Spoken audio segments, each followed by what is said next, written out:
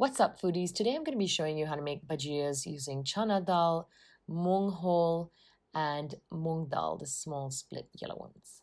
So let's see the outcome. I'm going to start with the moong dal, which is my favorite one to use. I've soaked them overnight. I've soaked all of them overnight, actually.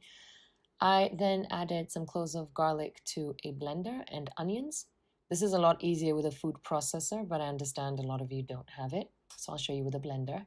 I've added cumin, salt, and some bicarb as well.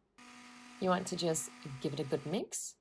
And then just in between mixes, a few pulses here there, just keep loosening the mixture with a spoon and blend it until you get a good consistency.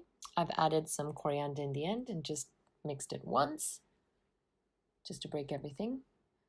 A little chili powder, give it a good stir. That is the consistency you're looking for. Almost like drop scones. So then you want to just grab 2 spoons and, like you would with drop scones, drop this mixture into the hot oil. Your oil's temperature is very important. Keep that flame on medium to low because you don't want the outside to burn and then the inside to be raw, not nice. And once they float to the top, they're almost ready. That's how the pollo looks. And the chana dal, as you can see, immediately they're a lot easier to handle by hand, so you don't need to use a spoon like with the first option.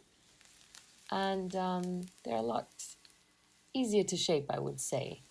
So you get a much better shape with chana dal. There you go.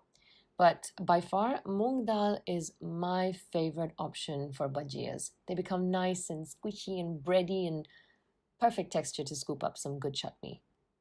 And that's the pollo. I wasn't too impressed with this option, so I stick to what I like, which is the moong dal, the small one. Hope you enjoyed this tutorial, guys. Don't forget to hit subscribe. And as always, guys, happy cooking!